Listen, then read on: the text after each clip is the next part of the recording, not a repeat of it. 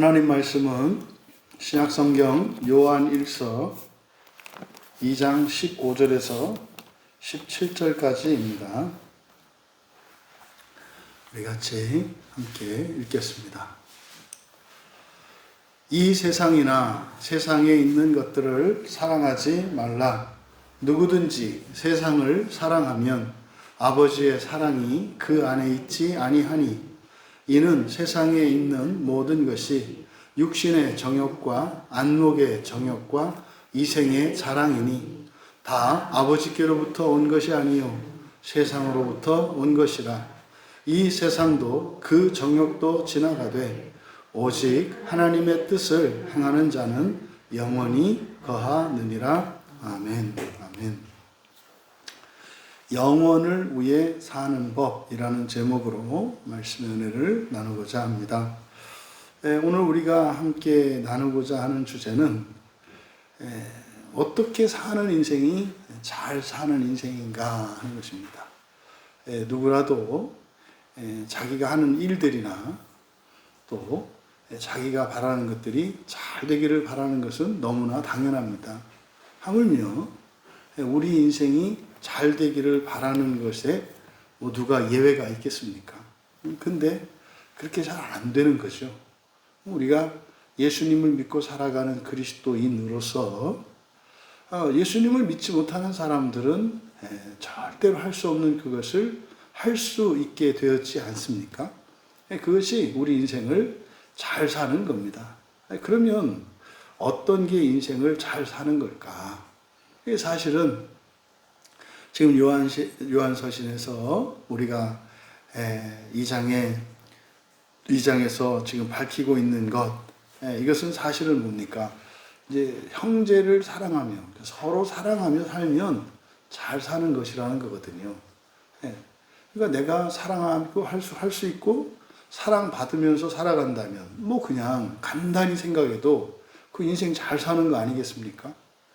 우리가 이 세상에서 만나는 모든 사람을 사랑할 수 있고 또 모든 사람들로부터 사랑을 받으며 살아간다면 사실은 뭐도 좀 없어도 되고 무엇이 좀 모자라도 되고 뭐 좀 실수도 해도 되고 그런 거 아니겠습니까? 그래도 우리는요 정말 한 날 한 날이 꿈 같은 날들을 보내며 살아갈 수 있을 거거든요. 그런데 문제는 그게 잘 안 되는 거예요. 그러면 이렇게 잘 사는 인생을 사실상 요한 사도는 이제 사랑과 관련해서 말씀하고 있는 건데, 그럼 사실은 그냥 무작정 잘 살자, 다시 말해서 형제를 사랑하면서 살자, 이렇게 한다고 해서 되는 게 아닙니다. 그 머리로야 그래 그렇게 하면 좋겠구나, 그러네, 내가 모든 사람을 사랑하고 내가 모든 사람들로부터 사랑을 받으며 살 수 있다면 그 인생이 어떤 인생을 살았던 재산이 어땠든 그 사람의 신분이 어땠든지 간에 정말 마지막 죽는 순간에 잘 살았다 이렇게 생각하겠구나, 우리가 그렇게 생각할 수 있거든요.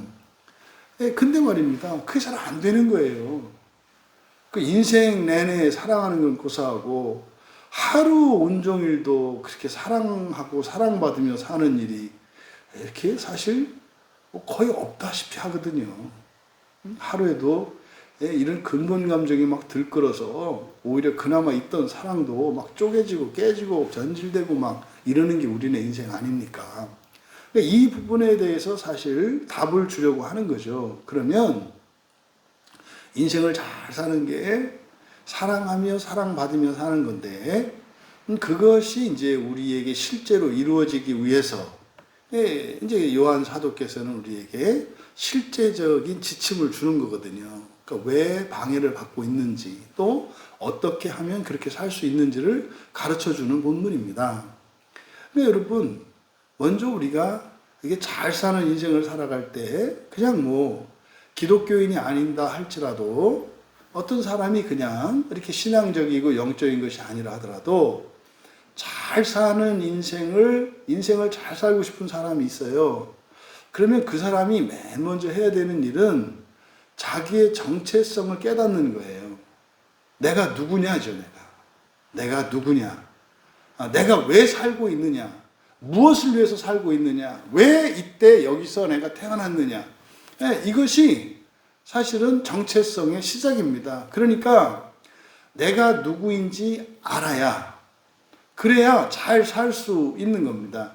뭐 오늘날이야 이제 모든 개인이 법 앞에서 평등한 때가 되었습니다만, 과거로 거슬러 올라가서 그때 과거에 있었던 신분 제도를 제가 이렇게 옹호하거나 정당하다고 말하는 게 아니라, 이제 과거로 거슬러 올라가서 이렇게 신분 사회가 있었잖아요. 우리나라도 반상의 차별이 있었단 말이에요. 양반과 상놈의 차별이 있을 때가 있어요. 우리나라에도. 또 남자, 여자, 부모, 자식, 엄격한 이런 신분 질서가 있었단 말입니다. 우리나라도. 그럼 보세요. 그 시대에, 그러니까 인권이니 도덕이니 이런 거 생각하지 말고 그 시대로만 한정해서 그 시대에서 잘 살려면 뭘 알아야 돼요? 분수를 알아야 돼요. 분수를. 그러니까 종으로 태어난 사람이 신분제도 하에서 그 종으로 태어난 그 신분의 불만을 품고 억울하게 생각하면서 살아요. 근데 그 사람이 어떻게 한다고 해서 신분이 바뀌는 거 아니거든요. 그러면 그 사람이 살다가 죽을 때 어떻게 하겠습니까? 한만은 이 세상이지 않겠어요? 그러니까 어쨌든 종의 신분으로 태어났을 때 종의 신분을 갖고 태어난 사람이 잘 산다는 것은 뭡니까? 인정받는 종으로 사는 게 잘 사는 거예요. 그런 거거든요. 또 양반으로 태어났어요. 그러면은요, 인정받는 양반답게 사는 것이 잘 사는 거다 이 말이에요. 그래서 우리가 무엇인가를 잘하고 싶을 때, 또 인생을 잘 살고 싶을 때, 또 그리스도인으로서, 그러니까 인생을 잘 살고 싶을 때 가장 먼저 해야 되는 것이 정체성을 깨닫는 거거든요. 그러니까 정체성을 깨닫지 않고 단지 그 결과만을 목표로 살아갈 때, 이제 지옥이에요. 그러니까 이제 공부하는 학생들의 경우에는, 그러니까 왜 공부해야 되는지는 아는 거예요. 이제 갑자기 이제 생각났는데, 우리 전사님 중학교 때 이제 학교에서 일일 교사 이걸 했어. 그래서 사자 직업을 가진 부모님들, 그래서 이제 우리 딸이 또 생각하니까 아빠 직업이 사자잖아요. 또 이제 정직하니까 안 들을까 하다가 성격상 안 드는 게 좋은데 또 그 양심을 속일 수 없어서 이렇게 손을 든 거 아닙니까? 이게 사자니까. 그래서 제가 이제 전문직 아빠로서 그 일일 교사로 이제 갔단 말이에요. 근데 이 아빠가 전문직이긴 한데 목사네. 그러니까 이게 목사 그 애들을 모아놓고 이제 목사 리크루트를 이걸 해야 되나? 이제 모양이 그런 거예요. 그러니까 보통은 판사, 의사, 검사, 변호사 하는 이런 이제 사자 직업들은 보통 열심히 더 공부를 많이 하고 그렇게 해서 이제 일반적으로 볼 때 살아가기에 좀 상대적으로 좀 편안하게 살 수 있는 사람이잖아요. 사실은 그렇게 되기까지 엄청 또 고생을 했거든요. 근데 목사는 안 그렇잖아요. 되고 나서부터 인생이 바뀔 수도 있거든요. 근데 그 리크루트를 하기도 그렇고. 그래서 어쨌든 이제 정해진 거라서 가야 된다고 해서 이제 가기는 가는데, 중학교 애들을 해놓고 목사가 무시 좋단다, 행복하니까 니들도 목사해라, 이렇게 말할 것도 아니고. 그래서 이제 뭘 이제 이 아이들한테 얘기를 해줘야 될까. 그래서 이제 보통 학교 다니는 아이들이 제일 힘들어 하는 게 공부잖아요. 그래서 이제 그 짐을 좀 덜어주고 싶더라고요. 그래서 이제 그날 갔는데 또 깜짝 놀랐잖아요. 목사인데도 한 30몇 명이 꽉 차 있는 거예요. 너무 놀랐어요. 그래서 요새 애들이 이렇게 그 목사에 관심이 많은가 보다. 나중에 이제 우리 딸한테 물어봤더니 그게 아니라 그냥 강제로 인원 배치를 이렇게 똑같이 했다고 하더라고요. 근데 이제 가서 이제 물어봤어요. 소원이 있는 사람 이렇게. 그러니까 한 30명 중에서 몇 명이나 손을 들었을 것 같으세요? 소원이 있는 사람. 2명이 딱 들었어요. 소원 있는 사람. 저는 다 들 줄 알았거든요. 이렇게. 그래서 깜짝 놀란 거예요. 그러니까 보통 소원은 뭐 내가 이렇게 그렇게 되겠다기보다 이건 사실은 이제 바람이잖아요. 소원이라기보다는 희망사항 아닙니까? 그러니까 사실 이렇게 말할 줄 알았는데 2명만 딱 들은 거예요. 그래서 이제 놀랬죠. 그래서 어쨌든 2사람이라도 있었으니까 물어봤습니다. 그랬더니 그 이쪽에 이렇게 앉아있던 여자애가 이제 있고 남자애가 이렇게 있는데 여자애한테 물어봤더니 그 여학생이 그러는 거예요. 그래, 야, 넌 소원이 뭐냐? 그랬더니 결혼하는 거래요. 여학생인데. 그것도 또 되게 이제 반가웠어요. 그랬더니 이제 그 남자애한테 물어봤더니 걔는 아빠가 되는 거예요. 어쨌든 결혼해서 이렇게 결혼하는 게 이제 소원이더라고요. 그래서 이제 그때 이제 속으로 생각을 했죠. 애들이 꿈이 없구나. 그래서 이제 꿈을 좀 이제 심어줘야 되겠다. 이제 생각하게 된 거예요. 그래서 이제 그날 이제 꿈에 대해서도 얘기하고 이런저런 얘기를 하고 그래서 이제 사실 너희들이 누군지를 설명을 한 거죠. 너희들이 누군지, 어떻게 태어났고, 왜 태어났고, 너희들이 어떤 인생을 살아가고 있고, 지금 너희들이 학교 다니고 있는 게 왜 다니는 건지를 이제 설명을 한 거예요. 그래서 공부 얘기를 하나도 안 했죠. 그래서 이제 끝나면서 이제 마지막에 손을 들어봤어요. 그러니까 그 전에 하나 더 물어봤네요. 공부하고 싶은 사람 아무도 없었어요. 그거는. 나중에 이제 다 끝나고 이제 꿈 있는 사람 그때 거의 다 들더라고요. 그래, 공부하고 싶은 사람 24명인가 3명인가 이렇게 손들었어요. 아주 성공적인 강의였다고 생각을 해요.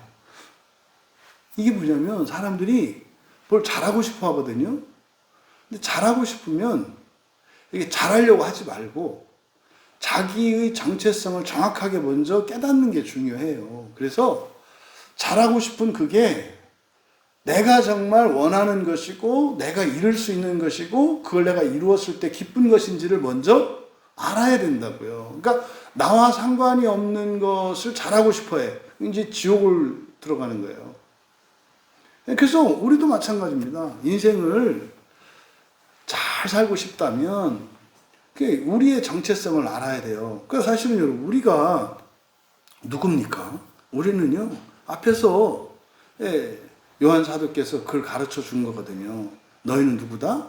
하나님의 자녀들이다 이거예요. 하늘에 계신 하나님의 자녀다. 그 하나님이 너희들의 아버지다. 너희들은 그분의 자녀야. 이게 이제 그래서 하나님의 사랑이 우리 안에 있다는 게 하나님이 우리 아버지, 우리 부모님이라는 뜻이거든요. 그러니까 세상의 부모는 다 다릅니다만 예수 안으로 들어오면 예수님을 믿고 교회에 나오면 공통된 신분을 가져요. 이게 뭡니까? 하나님의 자녀가 되는 거거든요. 그러니까 이 정체성이 믿어지고 그 정체성을 인식하고 받아들일 때 비로소 잘 살 수 있게 되는 거거든요. 오늘날 너무나 많은 사람들이, 너무나 많은 그리스도인들이 교회에 출석하면서 예배도 드리고 헌신도 하고 신앙생활도 하고 하는데 왜 자기들의 인생을 잘 살고 있다는 생각을 못할까?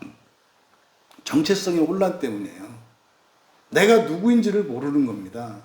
그러니까 잘 살고 있는데도 못 산다고 생각하고 또 잘못 살고 있는데도 잘 살고 있다고 착각하게 되는 거예요. 그래서 우리의 정체성을 아는 게 중요한데 우리는 누구다? 하나님의 자녀라는 걸 아는 게 중요하다. 그럼 그걸 알기 전에 우리는 누군가의 부모의 자녀였고 어떤 가족의 일원이었어요. 그잖아요. 네. 뭐 부모님이 살아 계시든 안 계시든 뭐 형제 관계가 이렇든 저렇든 어쨌든 나의 가장 기본적인 정체성은 가족에서 내 정체성이 자리매김이 돼요.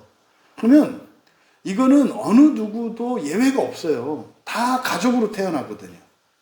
누군가의 자식으로 태어나고 가족으로 태어나는 거예요. 그럼 이것이 첫 번째 우리의 정체성이고 두 번째는 하나님 가족이라는 거죠. 그리고 뭐 학생이 있고 뭐 사업가가 있고 직장인이 있고 뭐 하얀 손도 있고 뭐 이게 다 있는 거죠. 그러니까 자기 정체성을 알고 난 뒤라야 그때부터 사실은 잘 사는 인생이 뭔지를 안단 말이죠. 그래서 지금 요한 사도는 너희들이 바로 하늘 아버지의 자녀들인 것을 먼저 깨달으라는 거예요. 그럼 보세요. 우리가 살고 있는 데는 하나님 집이 아니잖아요. 그러니까 뭡니까? 하나님 아버지, 창조주 하나님 아버지의 자녀들인데, 참으로 집을 떠나서 험난한 인생을 살고 있는 게 우리의 정체성이에요. 집을 떠나서 험난한 인생, 위험이 도사리고 있는 그런 인생을 살고 있는 게 우리의 정체성이라고요. 그러면 그런 우리에게 있어서 가장 잘 사는 인생은 뭐겠습니까? 빨리 아버지 집으로 가는 거예요.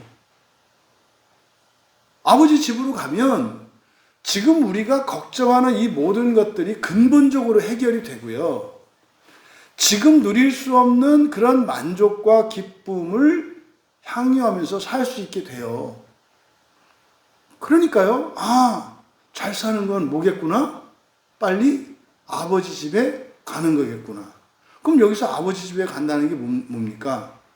죽어서 가잖아요. 아버지 집에는. 예외적으로 이렇게 죽음을, 그러니까 육체의 죽음을 맛보지 않고 가는 사람도 있겠습니다만, 그거는 마지막 때에만 일어나는 일이기 때문에 그것을 우리의 목표로 삼으면 안 돼요.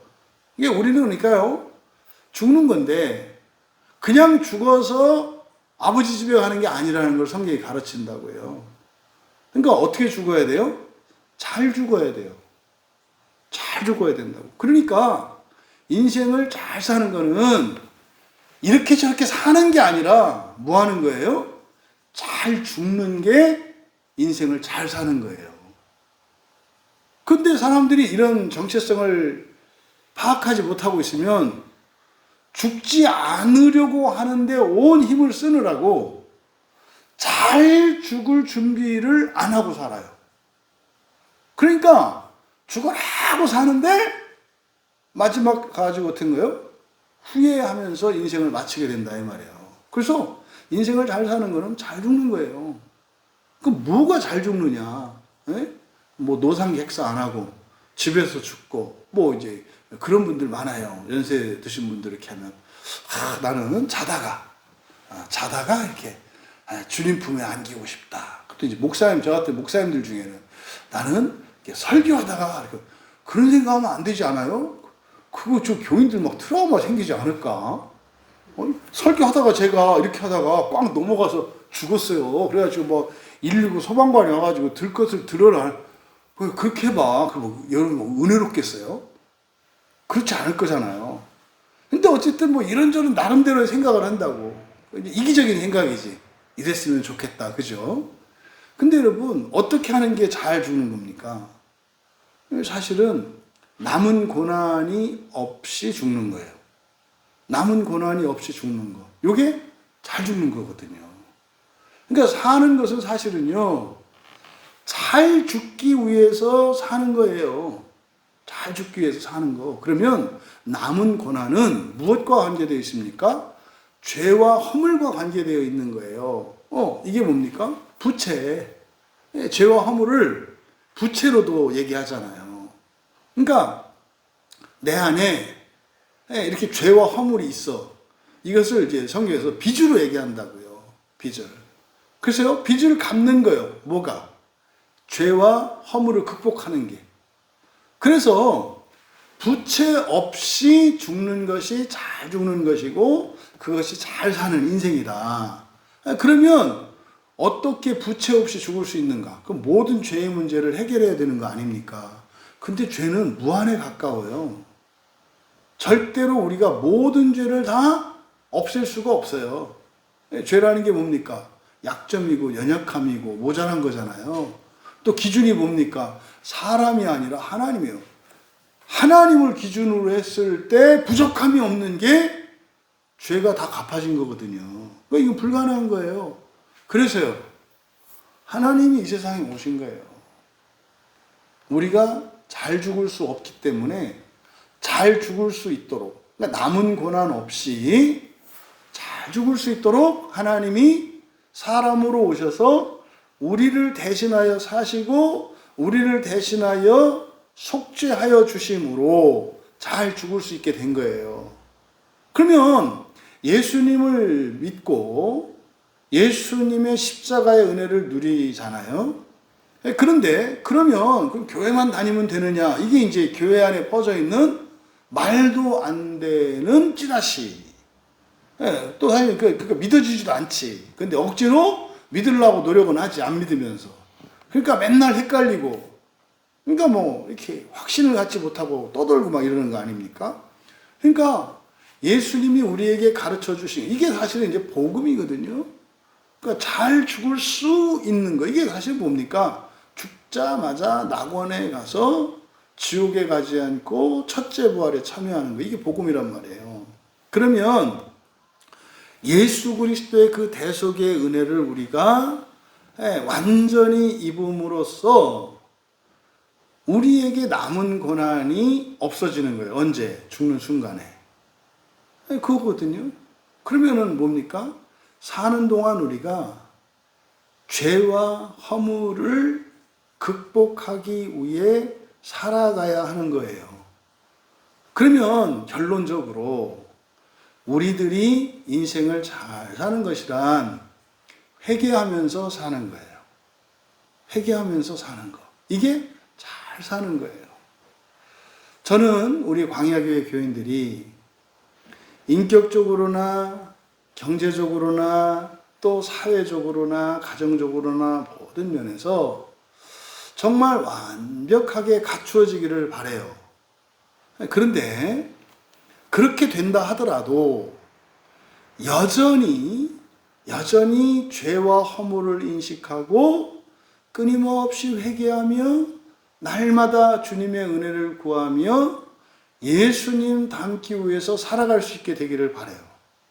그럼 뭐라 그랬습니까? 하나님은 우리를 높이시고 우리는 낮아지고, 그럼 하나님은 또 더 높이시고, 그럼 우리는 더 낮아지고, 그럼 하나님은 더 높이시고 우리는 더 낮아지고, 그럼 어떻게 돼요? 하나님 우리를 자꾸 높이시고 우리는 자꾸 낮추니까 멀어지죠? 높이시고 낮추고, 이게 뭐예요? 이게 마음의 변화예요. 우리의 마음이 하나님이 높이셔. 그럼 요만큼 커졌네요. 높아지면 원위치네요. 그러니까 하나님이 높이시면 우리가 어떻게 해야 돼요? 낮아져야 돼요. 그러면 어떻게 해요? 마음이 커져요, 이렇게. 그럼 하나님 또 높이세요. 그러면요, 딸려가는 게 아니라 어떻게 해야 돼요? 또 낮아져요. 딸려가는 게 교만해지는 거거든요. 그러니까 낮아져. 이 과정을 거치면서 우리가 계속 살면 예수님이 약속했어요. 그렇게만 살아. 그러면 때가 되면 정말로 하나님이 우리를 부르셔서 완전히 높이세요. 어디로? 낙원으로. 그럼 내려가지 않는 그때가 마지막 죽음이거든요. 죽음이 어떤 때요? 하나님이 쫙 높이시는 때여야 한다고. 그러면 우리가 어디 있어야 돼요? 밑에 있어야 돼요. 낮아져야 된다고. 이게 겸손의 신비거든요. 하나님은 높여요. 겸손한 사람들은 겸손하려면 어떻게 해야 돼요? 하나님의 높이시는 은혜를 경험해야 겸손해질 수가 있는 거예요. 그냥 이 세상에서 신분이 높고 이게 아니라 하나님이 높이신 걸 경험해야 겸손해질 수 있다고요. 예를 들어서 뭐 돈으로 치면 어떤 사람은 재산이 100억이고 어떤 사람은 재산이 1000만 원이에요. 응? 근데 말입니다. 100억 있는 사람은 돈이 많은 사람이니까 이렇게 돈 있는 척 안 하면 겸손한 것 같고, 1000만 원 있는 사람은 뭐 이거는 아예 겸손도 할 수 없으니까, 왜? 뭐 자격이 안 되자는 거 아닙니까? 자격 미자리. 그래서 이제 어떤 사람들은 겸손하기 위해서는 일단 부자가 되라, 뭐 이런 식으로 간다. 그게 아니에요. 100억 재산을 가지고 있든 1000만 원 재산을 가지고 있든 하나님이 높이신 그 은혜에 감사할 수 있어야 이게 높임을 받은 사람이에요. 그래서요, 낮아지는 거예요. 그래야 그런 사람들이 남은 고난 없이 죽음과 동시에 하나님 나라로 들어갈 수 있는 거예요. 그럼 여러분, 결국 실천적으로 우리가 잘 사는 것은 뭐다? 이 부채를 갚는 것인데, 죄와 허물을 극복하고 살아가는 거고, 이걸 우리가 회개하는 삶이라고 하는 거예요. 회개하는 삶. 그러니까 회개하라고 하는 게 잘못한 거 반성하고 뉘우치고 그것이 아니죠. 그게 뭡니까? 잘 사는 인생이란 잘 죽는 것인데, 잘 죽는 방법이 뭐 하는 거다? 회개하면서 사는 거다. 그러니까 회개는 우울한 게 아니에요. 되게 좋은 거라니까요, 회개는. 그러니까 기독교에서 말하는 회개는 굉장히 영광스러운 거예요. 그러니까 기독교에서 말하는 회개는요, 학생들로 말하면 계속 공부하는 거고요. 선생님들 말하면 계속 연구하는 거고요. 네, 가정주부로 말하면 계속 연구하고 이렇게 해서 날로 새로워지는 거예요. 이게 회개하는 삶이에요. 회개는 날마다 새로워지는 거. 그럼요, 사람이 착해요. 너무 훌륭해요. 근데요, 더 나아지지 않고 변화되지 않아요. 그럼 이 사람은 뭐 하는 거예요? 회개하지 않는 거예요. 잘못한 거를 뉘우치는 게 회개가 아니라 현재의 상태에서 예수님에 이르기까지 모든 영역에서 더 나아지기 위해 살아가는 것이 회개다 이 말이에요. 이게 그게 회개예요. 그래서 여러분, 바로 우리가 부채를 다 갚는 것은 결국 하나님의 도움을 받아야 되고 그리스도의 은혜를 입어야 돼요.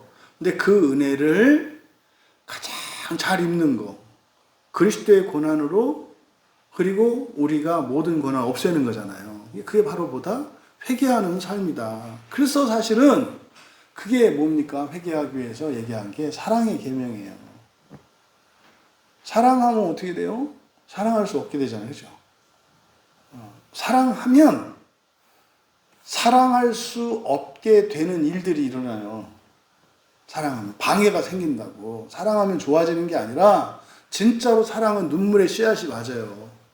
사랑하는 순간 사랑하기 때문에 당해야 되는 고통이 생긴다고요. 그걸 통해서 뭘 발견해요? 우리 안에 있는 죄와 허물을 발견한다고요. 그래서 사랑하지 않으면, 사랑이 중단되면 어느 정도 수준에 이르면 더 이상 회개할 수 없게 돼요. 회개할 필요도 없고, 그러면 회개하지 않는 사람들은 뭐 하겠어요? 어떤 업적을 이루려고 한다고요. 회개하지 않는 사람은. 그러니까 자꾸 일을 하려고 하고 뭔가가 헌신을 하려고 하고, 그거는 은혜의 결과로서 하는 것이어야 하지 그게 목적이 되면 안 된단 말이에요. 왜 그런 일에 사람들이 더 힘을 쓰고 그게 매달려요? 회개하지 않기 때문에 그런 거예요. 회개하면서 살면 그런 일들을 하게 돼요, 그냥. 근데 그 목적으로서가 아니라, 목표로서가 아니라 그냥 되어지게 돼요. 회개하면서 살면.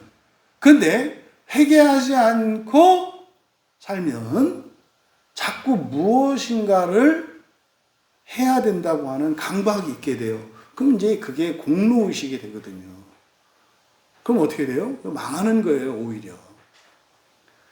그러니까 여러분, 요한 사도께서 지금 바로 왜 그러면 그 사랑의 계명을 사람들이 못 지키는가? 앞에서 이제 형제 사랑에 대해서 말을 했잖아요. 우리 안에는 하나님의 사랑이 이미 있어. 사랑할 수 있다고. 근데 왜 안 되는가? 그 원인을 진단을 하는 거예요. 15절 같이 읽습니다. 이 세상이나 세상에 있는 것들을 사랑하지 말라. 누구든지 세상을 사랑하면 아버지의 사랑이 그 안에 있지 아니하니. 아니, 우리 안에 있는 아버지의 사랑이 그럼 사라진다는 얘기입니까? 덮인다는 거죠. 마음으로 덮여요. 안 보인다고. 내 안에 있는 하나님 사랑이 마음이 굳어지고 가려지면 안 느껴져요. 근데 그 이유가 뭐라는 겁니까? 세상 사랑이라는 거예요. 세상 사랑. 그러니까 지금 15절에서는요, 뭡니까? 이 사랑, 세상 사랑과 아버지 사랑이라고 하는 것은 뭐예요? 이거는 양자택일인 거예요. 동시에 할 수 없는 거다라는 걸 가르쳐 준다고요. 세상을 사랑하면 세상을 사랑할 수밖에 없고, 아버지를 사랑하면 아버지를 사랑할 수밖에 없다 이 말이에요. 이게 양자택일로 온다 이 말이에요. 그러니까 둘 다 이런 건 없다는 거예요. 근데 많은 그리스도인들이 오해하고 있는 게 둘 다 사랑하려고 해요. 둘 다 사랑하려고 한다고. 그러니까 세상에서 누리는 영광과 이런 거를 버리라는 게 아니에요. 그거는 하나님 주권에 맡겨놓고 하나님의 은혜로 감사하면서 살 일이지, 사랑하게 되면 그것을 우리가 직접 이루려고 하고 그것에 어떤 의미를 부여한다고요. 그걸 사랑하게 되면. 그래서 여기서 이 세상이나 세상에 있는 것들을 사랑하지 말라라고 하는 이 명령문인데 현재형이에요. 현재형이고 부정명령문이잖아요. 하지 말라니까. 그러니까 현재 명령형은 이건 계속이라는 뜻이에요. 일시적으로 조금만 어쩌다가 아니라 이건 뭐예요? 계속이에요. 계속. 그러면은요, 우리가 회개할 때 살아왔던 과거의 세상 사랑, 이것도 정리가 돼야 돼요. 그게 여전히 현재에도 영향을 미치거든요. 그리고 미래에도 영향을 미칠 거거든요. 그래서 현재 부정명령형으로 항상 절대로 사랑하면 안 된다는 거예요. 그거 하면 뭐가 돼요? 하나님의 사랑이 우리 안에 있는데 어떻게 된다? 가려져. 없는 것처럼 느껴진다고. 그래서 그리스도인이 세상을 사랑하고 세속화되면 비그리스도인보다 더 세속화되는 거 있잖아요. 교회 안에 그런 사람도 있지 않아요?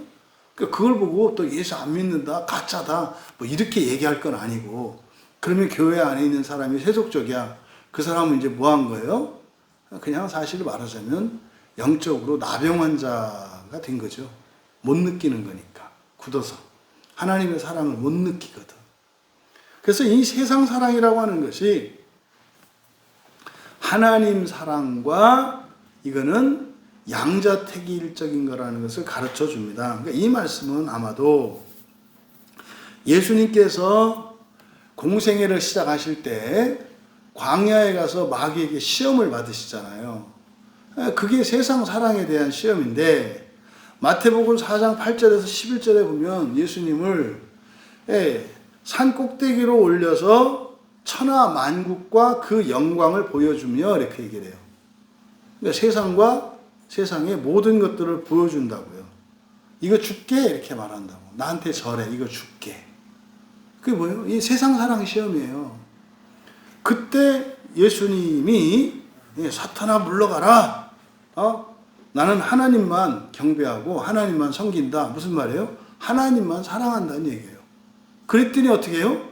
마귀가 예수를 떠나고 천사들이 수종을 들더라. 그럼 여러분들이 세상을 사랑하지 않고 하나님만을 사랑하면 어떤 일이 일어나요? 마귀는 떠나가고 하나님의 천사들이 수종드는 일이 일어난다고요. 마귀가 떠나간다는 게 어떤 일입니까? 예외적이고 돌발적인 일들이 일어나지 않는 거예요. 여러분이 그러니까 인생이 예측 가능한 인생을 산다 이 말이에요. 대비할 수 있는 인생. 그러니까 그 어떤 불행도 여러분한테 오지 않는다는 뜻이에요. 그러니까 일이 잘못돼도 뭐가 돼요? 그게 복으로 바뀌는 인생이 된다고. 뭐하면? 세상을 사랑하지 않고 하나님을 사랑하면. 그게 예수님이 광야에서 받으셨던 시험이거든요. 그래서 바울 사도도 로마서 12장 2절에서 뭐하라 그래요? 이 세대를 본받지 마라 그러잖아요.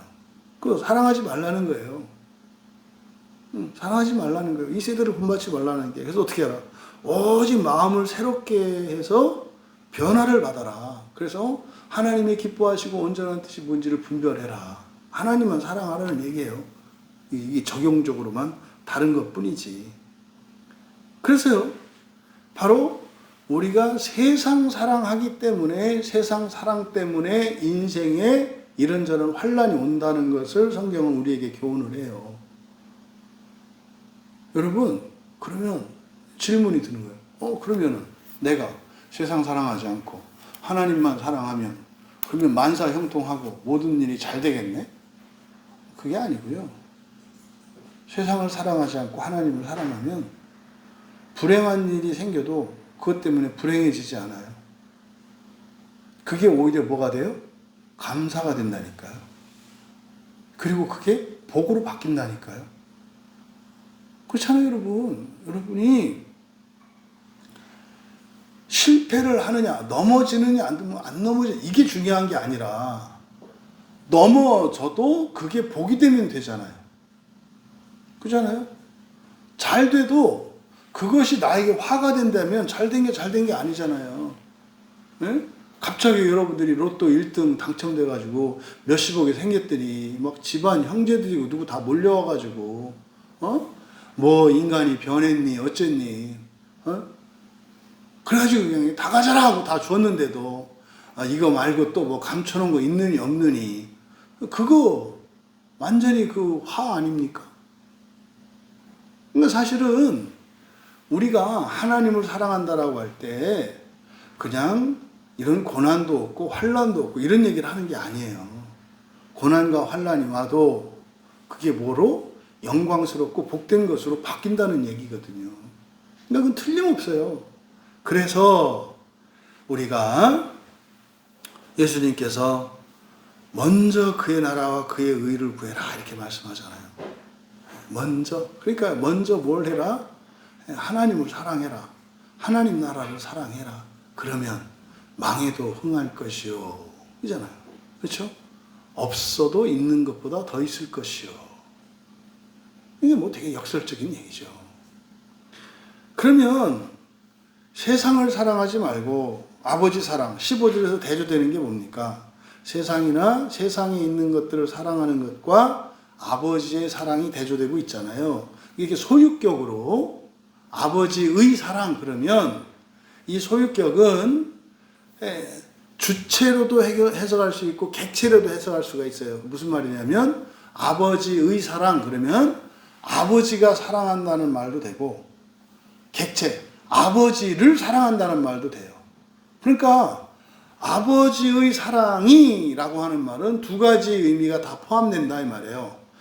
아버지의 사랑을 받는다는 의미도 되고 내가 아버지를 사랑한다는 의미도 동시에 내포되어 있는 거예요. 그래서 지금 특히 로마서에서 믿음이 이렇게 소유격으로 나와 있다고요. 그래서 그리스도의 믿음으로.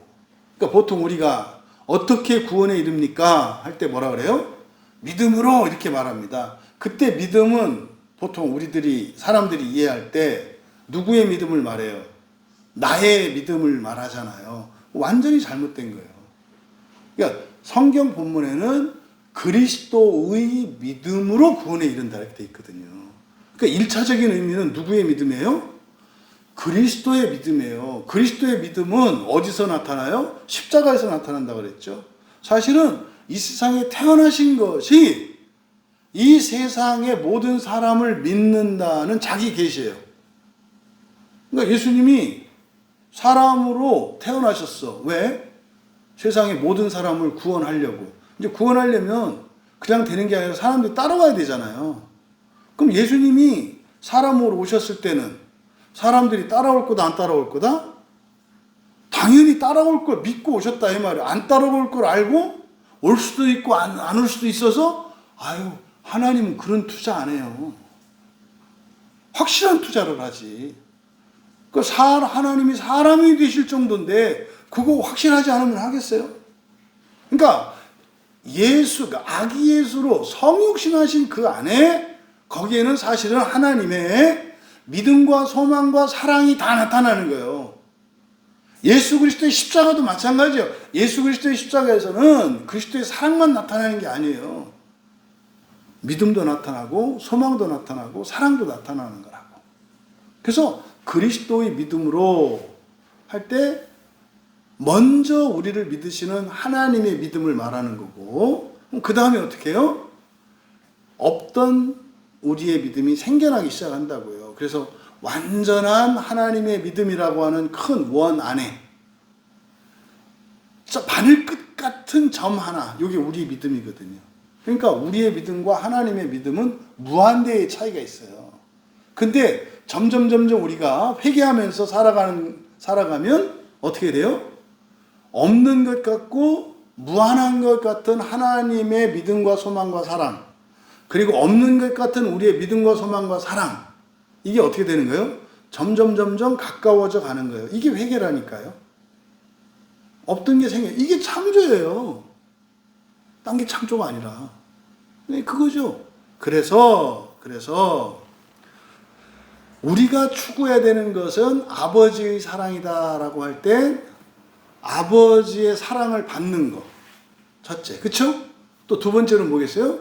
우리가 아버지를 사랑하는 것. 그러니까 사랑은 아버지로부터 시작이 돼요.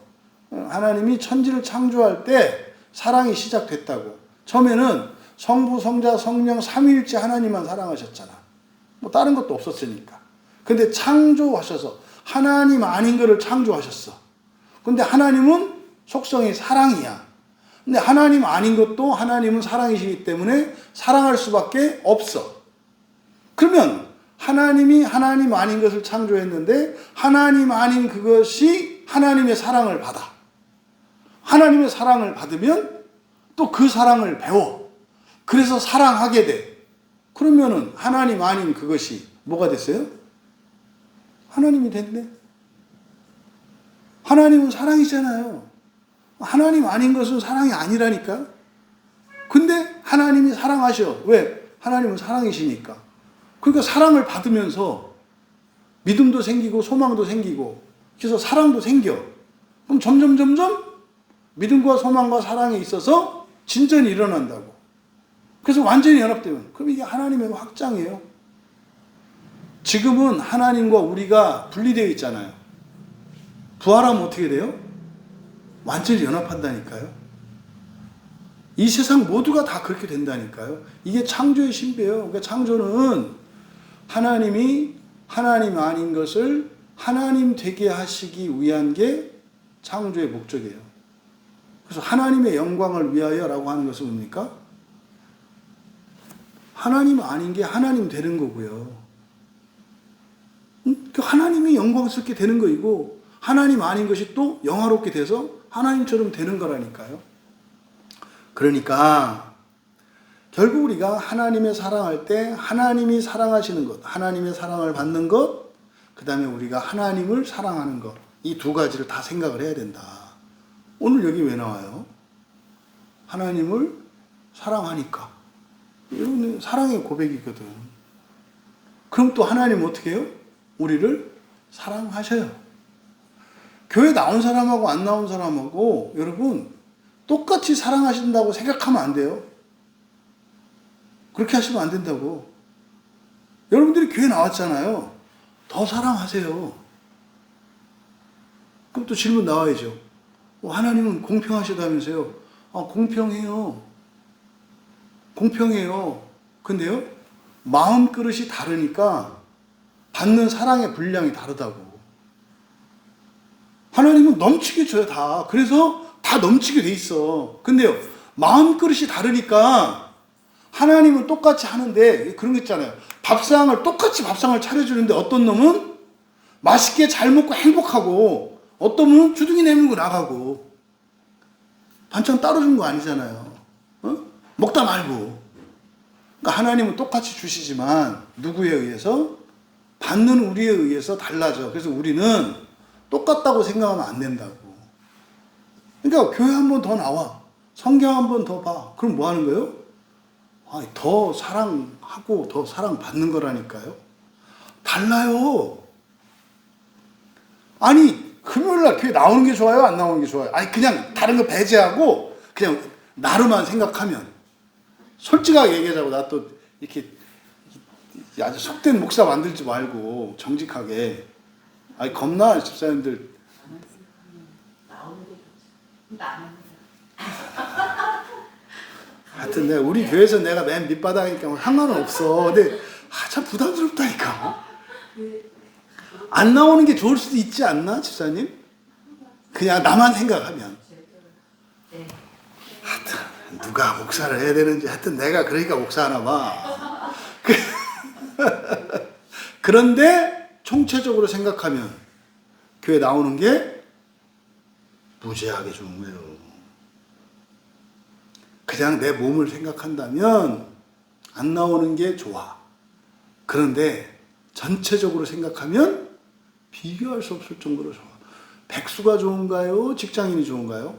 몸으로 생각하면 백수가 우아하자. 이름도 이쁘잖아, 백수. 어? 오직하면 손도 고와진다고 하겠어. 가면 거칠어지잖아. 근데 백수는 월급날이 없어. 그렇잖아요? 그러니까 총체적으로 봐야지.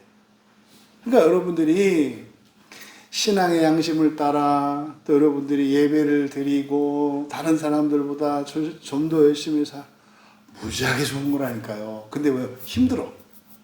분명히 힘들다고. 근데 그 힘듦이 또 더 좋게. 왜? 그 힘듦이 뭐예요? 나를 위한 힘듦이긴 한데 그 힘듦을 가져다가 하나님이 어떻게 해요? 2배로 써버려. 2배로. 내가 힘들으면서 내가 회개하고 내 신앙을 따라 지키면 이 힘은 나한테만 쓰는 게 아니라 내가 쓰는 이 힘듦은 무한대로 복제가 된다고. 여러분 가족들에게도 복제가 되고 여러분 조상들에게도 복제가 되고 이런 게 어디 있어요? 30배, 60배, 100배라고 하는 게 사실 무한대라는 거거든. 숫자적으로 30, 60, 100이 아니라 무한대라는 거예요. 뭐가? 예수 안에서 하나님을 사랑하는 자들이 이렇게 글쎄요. 하나님을 사랑하는 자들은 어떻게 된다고요? 모든 것이 합력하여 선을 이루는데 이건 이제 더 죽는 거야. 잘못한 것도 잘한 거로 바꾼대. 이런 게 어딨어. 이런 게. 그래서 아버지를 사랑하고 아버지의 사랑을 받으며 살아간다고 하는 것 엄청난 일이라고요. 그래서 사실은 하나님의 사랑을 받고 하나님을 사랑하고 그거의 결국이 뭡니까? 마지막이 영생이거든요. 이때 영생은 진짜 영생. 그때 영생은 뭐예요? 불멸한다는 것은요, 날마다 좋아진다는 뜻이에요. 그대로 이렇게 뭐 방부제 처리돼서 썩지 않고 뭐 이런 게 아니라 뭐예요? 날마다 더 아름다워지고 더 영광스러워지고 이거라니까요. 이게 하나님의 사랑이라고요. 그러니까 이거보다 더한 게 없지. 이게 없지. 그래서 하나님 아버지의 사랑을 가지고 살아가야 한다는 거예요. 이게 로마서 1장 7절에서는 그렇게 말해요. 아버지의 사랑을 받고 그렇잖아요. 성도로 부르심 받은 모든 자에게 하나님 아버지와 주 예수 그리스도로부터 은혜와 평강이 있기를 원하노라. 이게 뭘까? 은혜와 평강. 이게 사실은 이 은혜와 평강, 결국 이것은 영생을 말하는 거예요. 이루어지기 전에 현재 우리 삶 속에서는 은혜로 그리고 평화로 경험되겠습니다만 그것의 완전한 성취는 부활이라고요. 그래서 은혜와 평강을 구한다. 부활을 말하는 거고 좀 더 구체적으로는 첫째 부활을 말하는 거라고. 누구한테? 아버지 사랑을 받는 성도들의 특권이라니까요. 느헤미야 1장 5절과 신명기 7장 9절에 보면은 주를 사랑하고 또 신명기에서는 하나님을 사랑하고 계명을 지키는 자 그랬잖아요. 성경에서도 아버지 말씀을 계명을 지키는 자들이 하나님을 사랑하는 자다. 그래서 주를 사랑하고 또 하나님을 사랑하고 계명을 지키는 자에게 언약을 지키고 긍휼을 베푸신다. 그러니까 느헤미야 1장 5절은 그렇게 됐어요. 언약을 지키시고 긍휼을 베푸신다. 언약이 뭐예요? 부활의 약속이거든요. 긍휼을 베푸신다가 뭐예요? 내가 회개하는 삶을 살면 나머지는 내가 완성시켜 준다는 거잖아요. 그러니까 예수 그리스도의 대속의 은혜를 입는 거예요. 긍휼의 은혜를. 또 신명기 7장 9절에서는 뭐라고 하냐면 천대까지 그의 언약을 이행하시며 인애를 베푸시다. 이럴 때 우리는 이제 미치고 환장해야 되는 거예요. 이게 뭔 말인지 모르니까 사람들이 대면대면 하는 거지. 천대까지라는 건 뭐예요? 조상으로 자손으로 끝에서 끝에까지예요. 이 천대까지에는 아담도 들어가요. 이 천대까지는 마지막 종말에 지옥에서 올라오는 사람까지도 이 천대까지에 들어가는 거예요. 누가? 하나님을 사랑하고 계명을 지키는 자가. 그러니까요, 이 나라, 이 시대, 온 세계의 운명이 누구한테 달려있어요? 해보세요. 이 거짓 감정에 속아갖고 또, 그러지 말자고. 누구한테 달려있어요? 다 벙어리 귀신이 들렸나? 누구한테 달려있어요? 예? 왜 또 복수형으로 가? 그냥 단수로 가, 그냥. 누구한테 달렸어요? 네, 당당하게. 현재 이 모습 이대로는 대단한 거 아닌데, 우리가 대단한 사람이요? 아니요? 현재 이 모습 말고, 우리의 전체가 대단한 사람이요? 아니요? 이제 이제 입 열렸다고 막 대답하지. 왜, 뭐가 대단해요? 여러분이 대단한 증거를 대봐. 왜 대단해요? 부활할 거니까. 꿈도 좋다. 그거 할지 어떻게 알아? 그거 할 거 말고 확실한 증거를 대라고. 증거는 일어난 거여야 되잖아요. 하나님이 죽었잖아, 집사님 때문에. 아니, 얼마나 대단하면 하나님이 대신 죽어주냐고. 안 믿어지지, 우리는. 하나님이 대신 죽어줄 만한 존재라고 우리가 안 믿어져. 그래서 우리가 대단한 것은요, 하나님이 하신 걸 보고 아는 거예요. 사실은 창세기 1장에서 얼마나 대단한지 알아요. 왜? 세상을 만들어줬어, 우리한테. 아니, 누가 세상을 만들어서 이렇게 선물로 받는 사람, 대단한 사람 아니에요? 대단하잖아요. 근데 그거 대단한 거 안 믿으니까 아예 하나님이 어떻게 했어요? 그냥 모든 걸 다 줘버렸잖아. 십자가에서. 우리가 대단해요, 안 대단해요? 확실히 대단해요. 근데 지금은 너무 안 대단해. 그러니까 너무 대단한 것과 너무 대단하지 않은 현실 사회를 살아가. 어떻게? 믿음과 소망과 사랑으로. 그 끝을 누가 완성시켜? 우리 주님이. 대단해요. 대단하다고. 그러니까 내가 대단한 것은 지금 이런 거 아니요. 하나님이 하신 걸 보고 내가 대단하구나 이렇게 아는 거라니까. 응? 또 천대까지 그의 언약을 이행하시고 신명기 7장 9절에 인애를 베푸신다. 인애가 뭐라 했어요? 헤세드라 그랬잖아요. 반드시 부활시키신다는 거예요. 뭐하면? 하나님 사랑하고 계명을 지키. 이거는 안 지켜.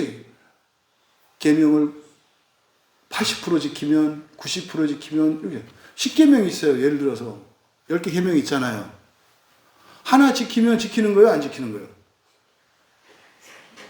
최수 집사한테 물어봐야 될 것 같아요. 진심이요?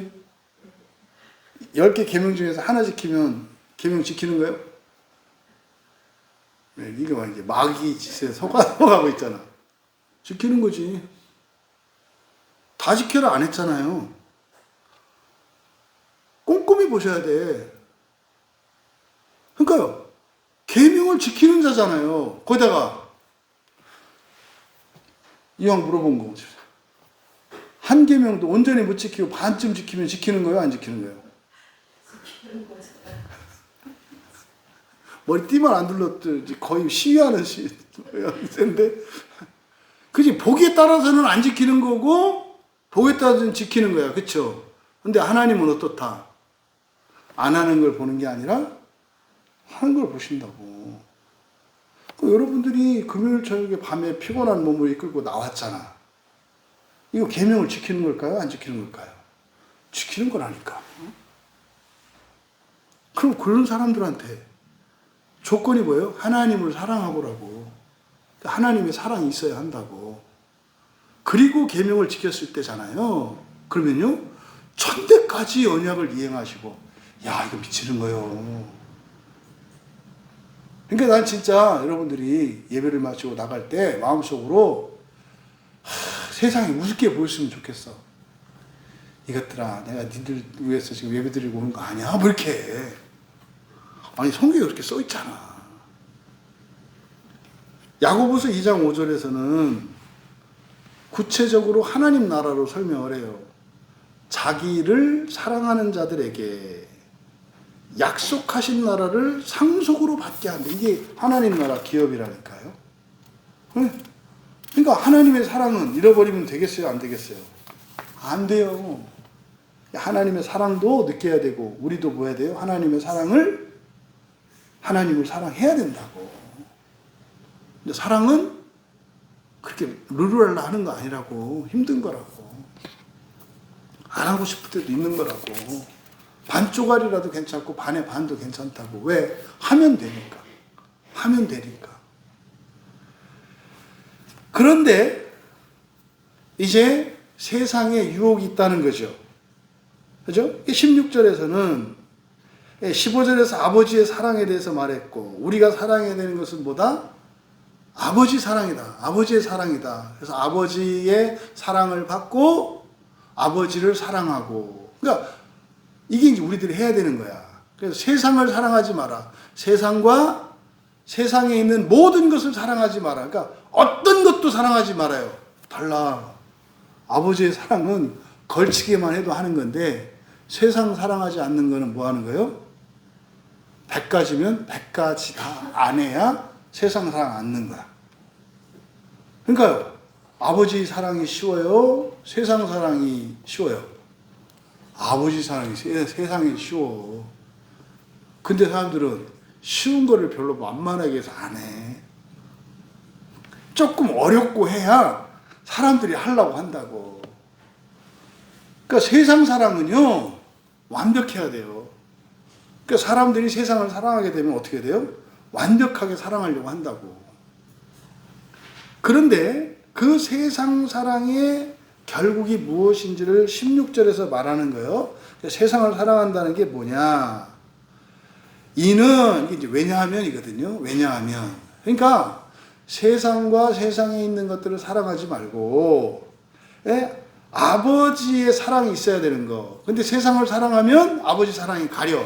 그러니까 15절에서는 명령문으로 세상을 사랑하지 마라 이렇게 했지만, 내용은 뭐라는 거예요?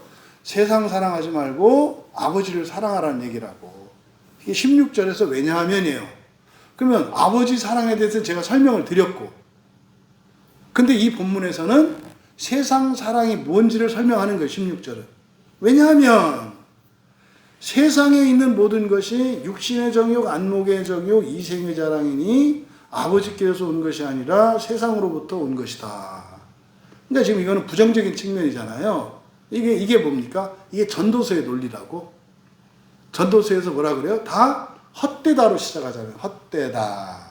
그러니까 지금 헛되다를 16절에서 이렇게 말한 거라고. 그리고 전도서 끝이 뭐예요? 사실은 여호와를 경외하라로 끝나요.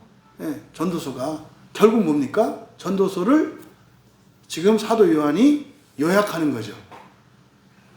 전도서를 딱 요거로 요약하는 거예요. 세상을 사랑하지 말고 아버지 사랑 안에 거하라. 그러니까 전도서를 대단하잖아요. 솔로몬은 그걸 쫙 늘어놓은 거고, 그걸 압축한 거라고. 그러면 우리들이 그렇게 정말 어렵고 힘든 세상 사랑을 하려고 하는데, 그것을 요한은 세 가지로, 육신의 정욕, 안목의 정욕, 이생의 자랑. 세 가지로 설명을 해요. 그럼 이게 이제 무슨 말인지 정리를 해야 된단 말이에요. 그럼 세상을 사랑한다는 게 뭔가? 첫 번째, 정욕이라고 번역된다는 뭐라 그랬어요? 이건 에피투미아. 대부분 이게 정욕이라고 하는 단어가 또 있습니다만 우리말 성경에 정욕이라고 번역된 에피투미아라고 하는 이 말은 나쁜 말이 아니에요. 이 에피투미아가 없으면 아무것도 못해요. 좋은 일도 못하고 나쁜 일도 못해요. 에피투미아가 없으면. 그래서 에피투미아는 뭐다? 열심이다.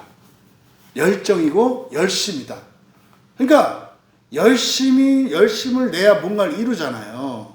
그래서 이 에피투미아는 무엇을 이뤄냅니까? 우리의 지성과 정서와 의지에서 만들어진 어떤 열매들을 바깥으로 내게 하는 게 열심이에요.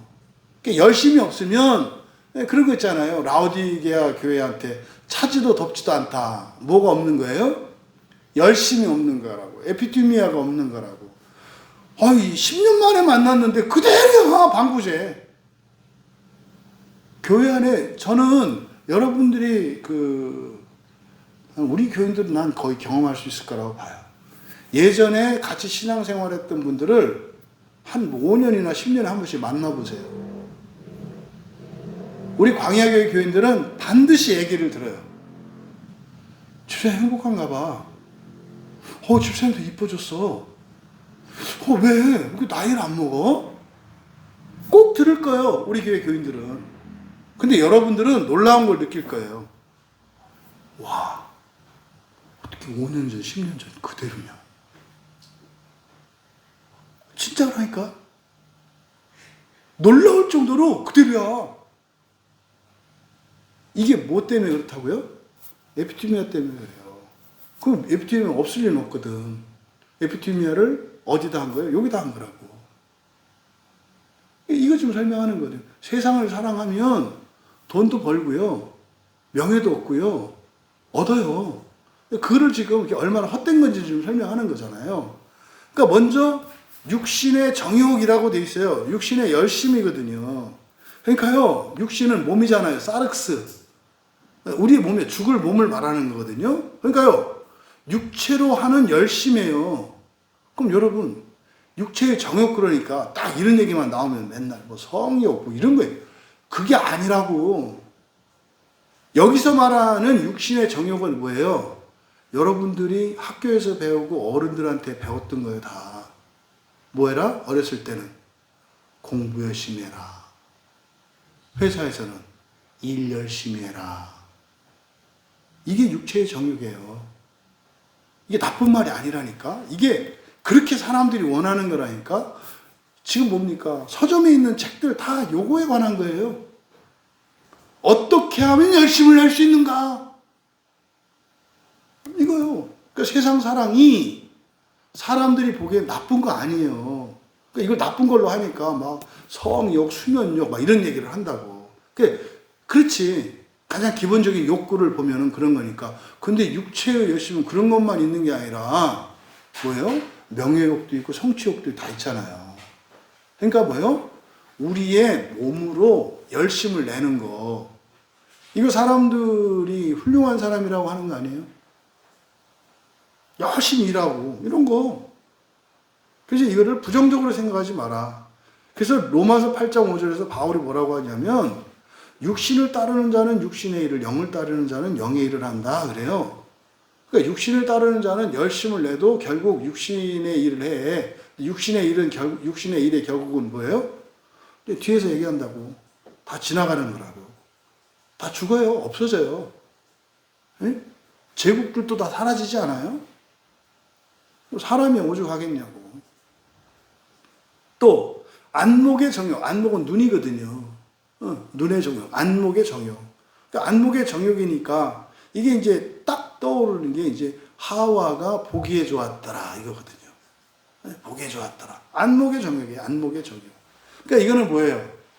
소유욕이에요. 소유욕. 소유욕은 정확히 말하면 뭡니까? 이게 눈의 정욕이거든요. 예를 들어서 하나만 있으면 되는 게 뭐죠? 하여튼 갑자기 생각이 안 나네. 꼭 하나만 있으면 되는 거. 그냥 뭐 밥숟가락 젓가락 합시다. 밥숟가락 젓가락은 그냥 한 사람에 하나만 있으면 되는 거 아니에요? 그냥 쓰면 되잖아. 그 고장나면 또 하나 사면 되잖아요. 그죠? 근데 가다 보니까 디자인이 너무 이뻐. 어? 또 사. 가봤더니 이번에 또 금박이야. 또 이게 너무 또 고급스러워. 이게 결국은 사실은요. 이게 뭐예요? 이게 안목의 정욕의 대표적인 거예요. 이게 탐심이거든요. 눈에서 나오는 게 탐심이에요. 갖고 싶다. 응? 가끔 보니까 뭐 당근 뭐 이런 데 보니까 새 거입니다. 상표 붙어 있더라고. 그 사람 되게 뭐요? 안목의 정욕에 걸려든 사람이야.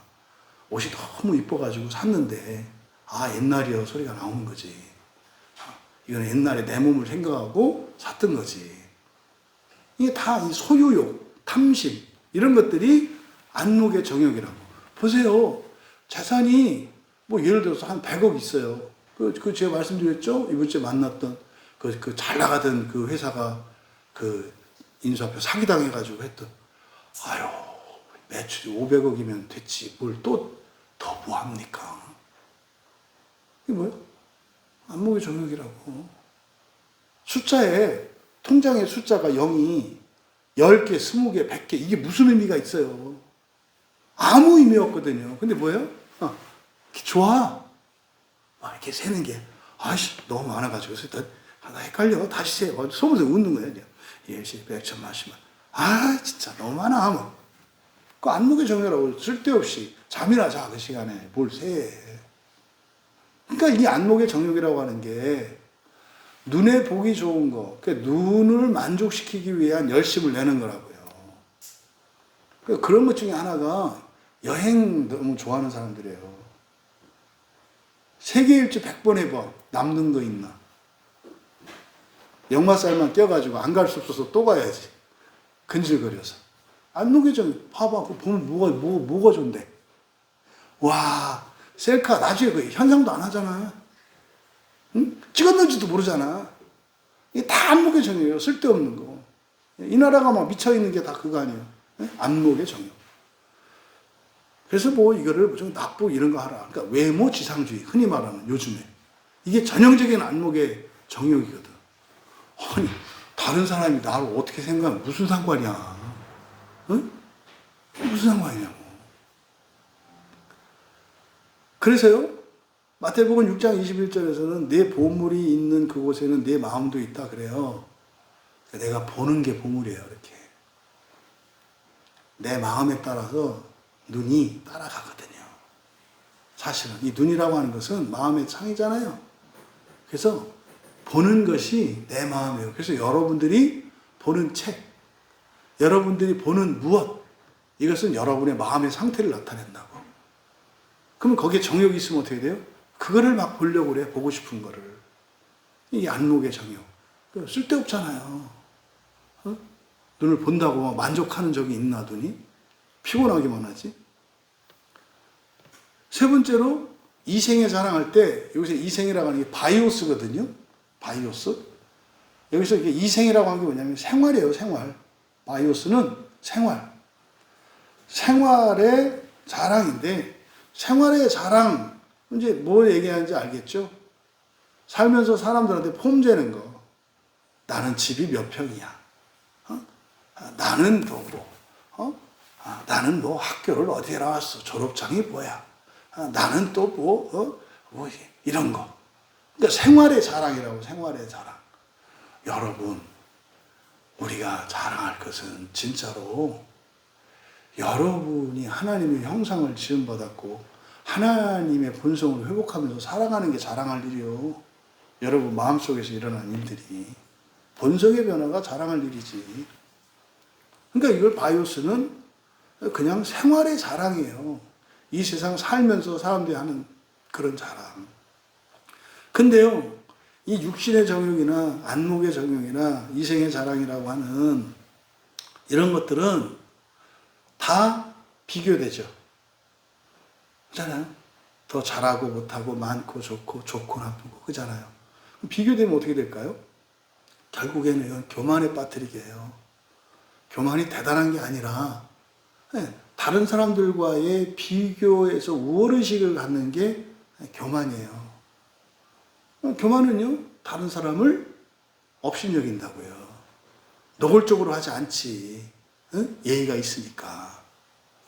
이 교만은요, 잠언 16장 18절에서 패망의 선봉이라고 그러잖아요. 그렇잖아요. 그래서 세상의 것들을 사랑하면 결국은 뭐가 돼요? 사람이 교만해지고요. 그래서 어떻게 돼요? 멸망한다니까요. 결국에는 멸망하고 결국에는 시험에 들고 악에 빠지게 돼요.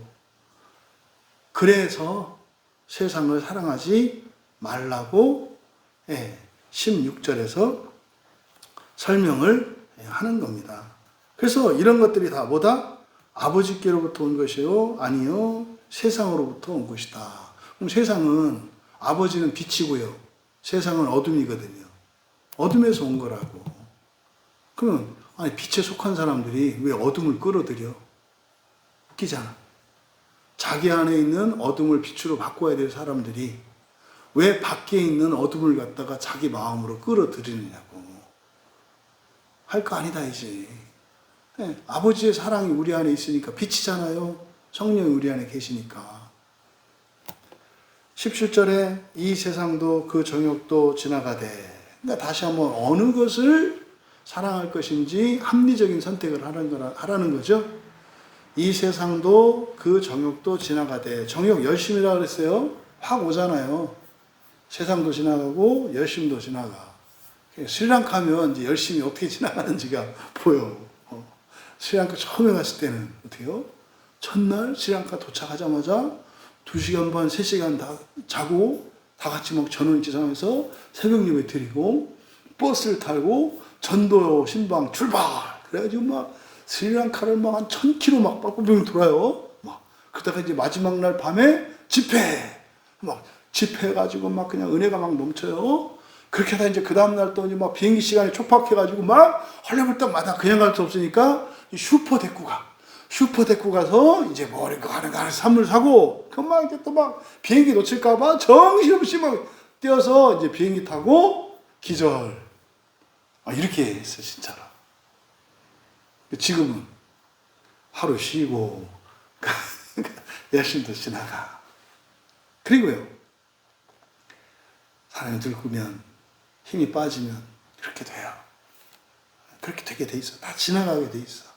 그 때가 있어. 때가. 그래서 그 열심도 지나가. 세상도 지나가.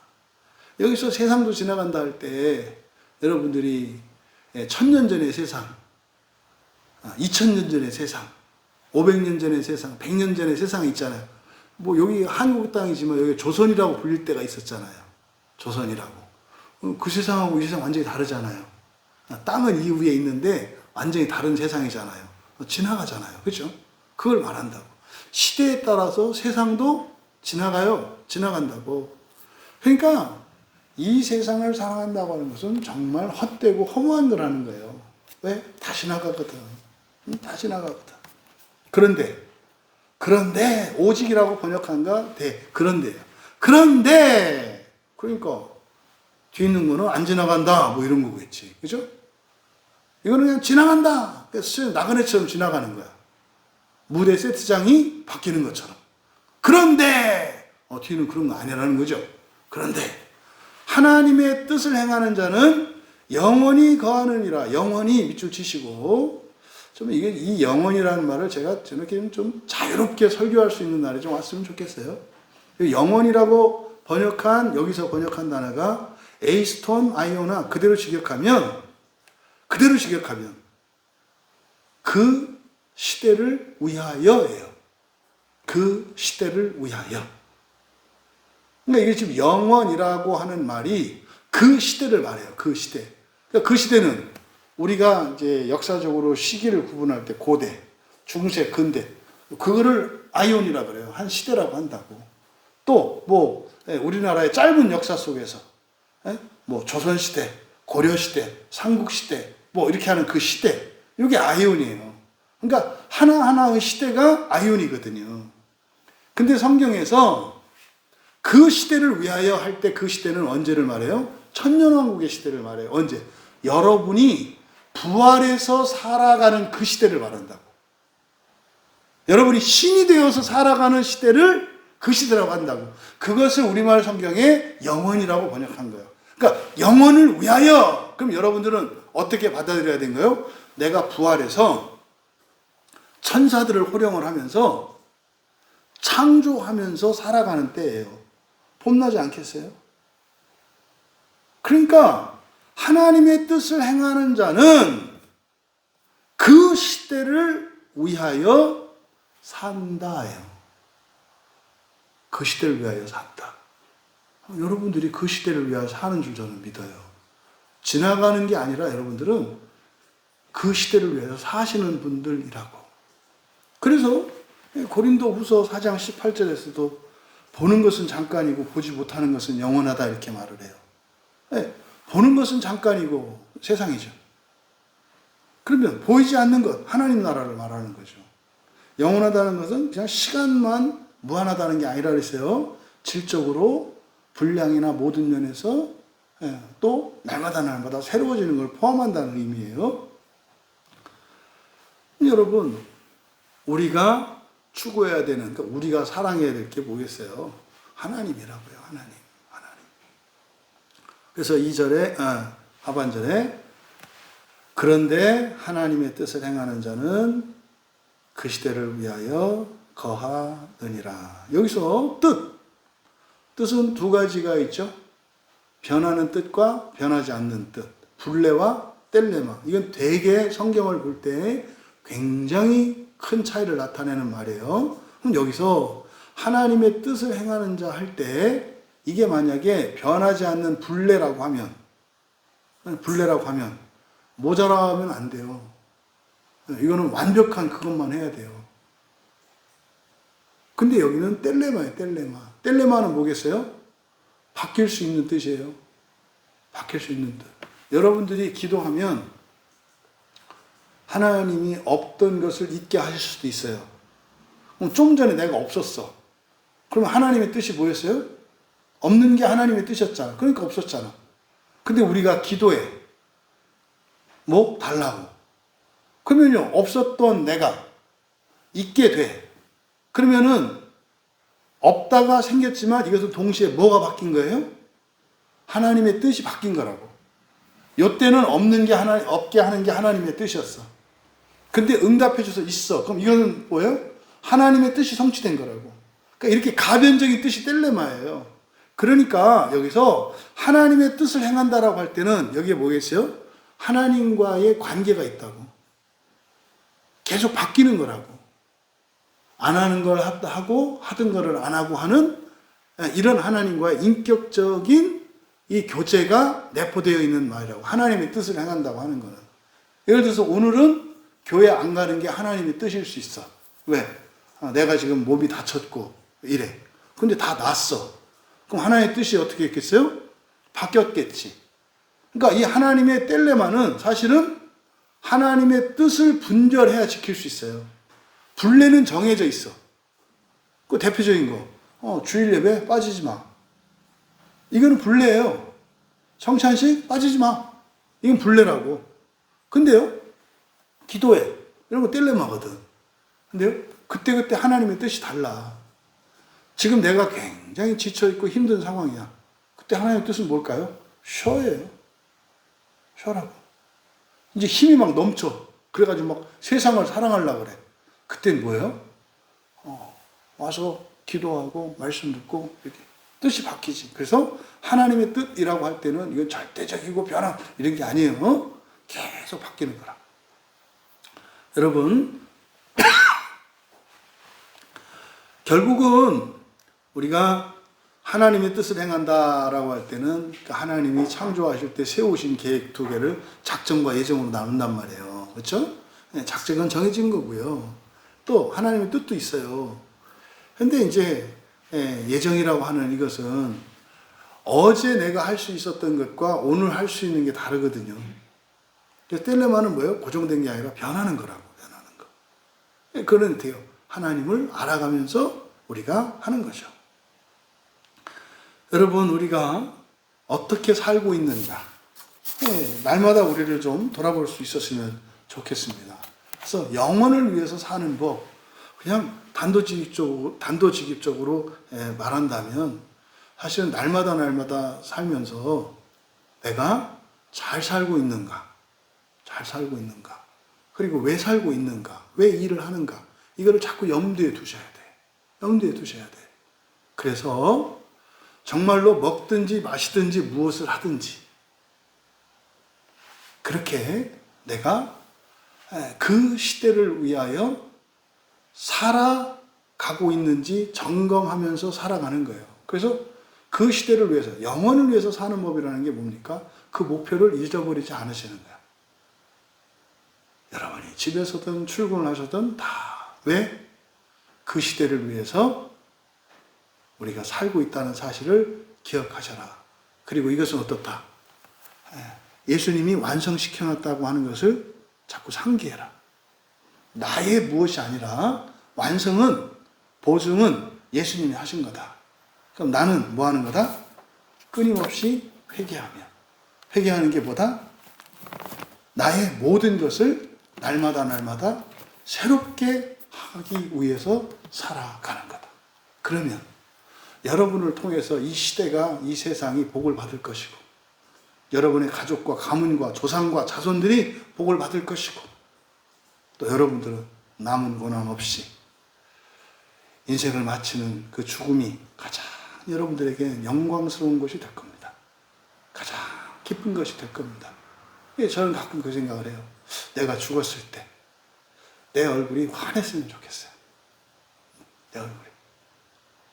야, 스테반의 얼굴이 빛난다고 하던데, 이런 거 이거 많이 경험하죠. 임종 때 가면 그걸 경험하거든요.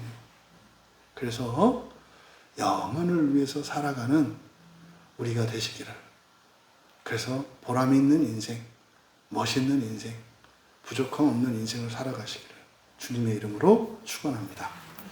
우리 말씀을 생각하며 함께 기도합니다. 하나님, 정말 1분 1초도 또 우리들이 하는 모든 것도 목적이 있는 삶을 살게 하옵소서. 영혼을 위해 살게 하옵소서. 늘 우리가 의식해야 합니다. 그리고 결과에 대해서 두려워하지 말아야 합니다. 그것은 하나님의 헤세드, 언약적 신실함으로 이루어지는 것이기 때문에 그렇습니다.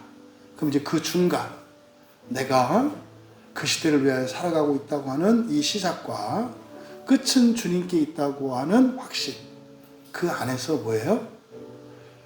나의 모든 것을 날마다 새롭게 하기 위해서 도전하고 공부하고 노력하고 하나님을 의지하고, 또 이런저런 시련이 있더라도 좌절하거나 포기하지 말고 살아가는 것입니다. 하나님, 우리 광야교회에 속한 지체들이 영혼을 위해 살게 하옵소서 기도해 주시고, 나라와 민족을 위해 기도하실 때 전쟁이 없는 평화를 위해서 기도해 주시고, 이제 대통령 선거가 있는데 대통령 누가 되는 게 중요한 게 아니라 뭐라 그랬어요? 온 국민이 주인의식을 회복하고, 어떤 정치인이 대통령이 되더라도 국민들의 눈치를 보고 국민들에게 가장 좋은 일을 앞다투어 하게 되는 것이 우리의 기도의 목표예요. 이 정당 저 정당 진보 보수 상관없어요. 우리는 일만 잘하면 돼요. 응? 누구를 위해서? 국민들을 위해서. 근데 지금 현재의 상태는 이 종놈들이 주인 등을 쳐먹고 있다고. 근데 이 주인 양반들이 종들한테 삥 뜯기고 있는데 그것도 모르고 주인들이 머리 받고 싸우고 있어. 천하의 바보도 이런 바보가 없지 않아요? 영적으로 일어나는 일이라고. 그래서 하나님이 대통령 선거 기간 동안 국민들이 정체성을 파악하게 해주시고 정치인들을 좀 잘 써먹을 수 있는, 그래서 국민들에게 더 착하고 더 성실하고 그래서 막 공부하고 더 좋은 일들을 연구하는 일을 했는데 제가 나빠요. 말도 안 되는 얘기거든. 다 잘라버렸으면 좋겠는데 이렇게 잘라버린다고 되는 게 아니라 국민이 안 바뀌면 누가 와도 다 그렇게 돼요. 그래서 이 대통령 선거 기간 동안 온 국민이 정신을 차릴 수 있도록, 그리고 한마음 한뜻이 되어서 선과 악을 분별할 수 있도록. 우리 동네 앞에 그거 붙어 있어요. 한국 사람은 1등급도 의대 낙방, 중국 사람은 6등급도 장학금 받고 합격. 그렇게 현수막에 써 있더라고. 야, 이 기가 막힌 일 아니에요? 어떻게 우리 아이들이 1등급을 받으면서 공부했는데 떨어지는 학교를 중국 사람은 6등급인데 장학금 받고 가요? 법이 그렇게 있어요. 외국인 특례조항 때문에. 우리나라 화교들이 이러거든요. 그러니까 세상에, 그러니까 이게 지금 얼마나, 정치인들이 국민들을 얼마나 우습게 보는 거예요. 네? 이 나라를 들어먹고 있는데도, 그러니까 이거는 영적인 일이에요. 하나님 정말 이 나라에서 역사하는 저 악하고 더러운 영들을 멸하여 주셔서, 방법은 하늘에 천군 천사들을 더 보내주셔야 돼요. 천사들을 더 보내주세요. 천군을 보내주세요. 주님이 말씀하셨던 주님의 12군단을 보내주셔서 악한 것들을 다 멸하여 주시고, 부끄러운 것을 알게 하시고, 사과하고 용서를 구하는 그런 정치인들 되게 해주시고, 국민들 가차없이 잘못한 사람들을 잘못했다고 하고 잘하는 사람들을 격려하는 국민들, 그리고 나라의 발전과 번영과 평화를 위해서 한마음 한뜻이 되게 하옵소서. 기도하시고, 우리 나라 교회를 위해서 기도할 때 성경의 회복입니다. 진짜로 우리나라에 있는 모든 교회 목사님들이 보다 정확한 성경을 만들기 위해서 한마음이 되었으면 좋겠어요. 주일날 설교 본문만 다, 설교 원문 다 주에 해가지고 같이 공유해서 매년 새로 이렇게 개정된 성경책들이 나올 수 있었으면 좋겠어요. 우리 한국교회를 위해서 기도할 때 무엇보다 우리 한국교회 목사님들이 성경의 사람들이 되게 하옵소서, 말씀의 종이 되게 하여 주시옵소서. 그래서 그걸 하지 않으면 부끄럽게 여기게 하시고, 그것을 최우선순위로 함께 하옵소서. 그러려면 그것을 감사하게 생각하고 그것을 기뻐하고 좋아하는 교인들이 있어야 돼요. 최소한 몇 사람이라도 다 있어야 돼요. 모든 교회에. 그래야 목사님들이 용기를 얻지. 하나님 정말 성경만을 바라는 교인들이 모든 교회 안에 있게 하셔서 그 목회자들이 기죽지 않게 하시고 겁먹지 않게 하시고 확신에 차서 성경을 연구하고 성경을 전하는 목회자들, 또 그것을 기뻐하고 감사하는 교인들이 있는 우리 한국교회가 되게 하옵소서. 그리고 선교의 불씨가 꺼지지 않도록, 지금 이단들은, 흔히 말하는 이단 사이비들은 얼마나 선교를 열심히 하는지 몰라요. 밖에 나가서. 스리랑카도 마찬가지. 정통교회라고 하는 교회들이 다시 한번 이 선교의 부흥이 일어나도록 해서 우리의 어떠함에도 불구하고 선교에 대해 더 열심을 내는 우리 조국교회가 될 수 있도록 기도해 주시고, 우리 광야교회를 위해서 기도할 때 모든 교인들이 정말 선한 고난을 결단하며 살게 하시고 성경으로 마음 기경하며 살게 하옵소서. 단 한 사람도 예외 없이. 그래서 우리의 삶이 영광스럽고 자랑스럽게 하옵소서. 또 스리랑카에 혼자 나가 있는 크리스티나 선교사, 지금 그 옆에 이제 같이 교제하던 바로 옆집에 그 자매님이 계실 때, 거기도 지금 이제 딴 데로 가 있어서 철저하게 지금 혼자더라고요. 그래서 외롭지 않도록. 그래서 여러분들이 크리스티나 선교사가 정말 거기에 헌신하였던 그 인생의 시간들이 헛되이지 않도록 열매 맺을 수 있도록 기도해 주시고, 안전과 또 그곳에 은혜가 있을 수 있도록 기도해 주시고, 또 편안히 개인적으로 돌아가는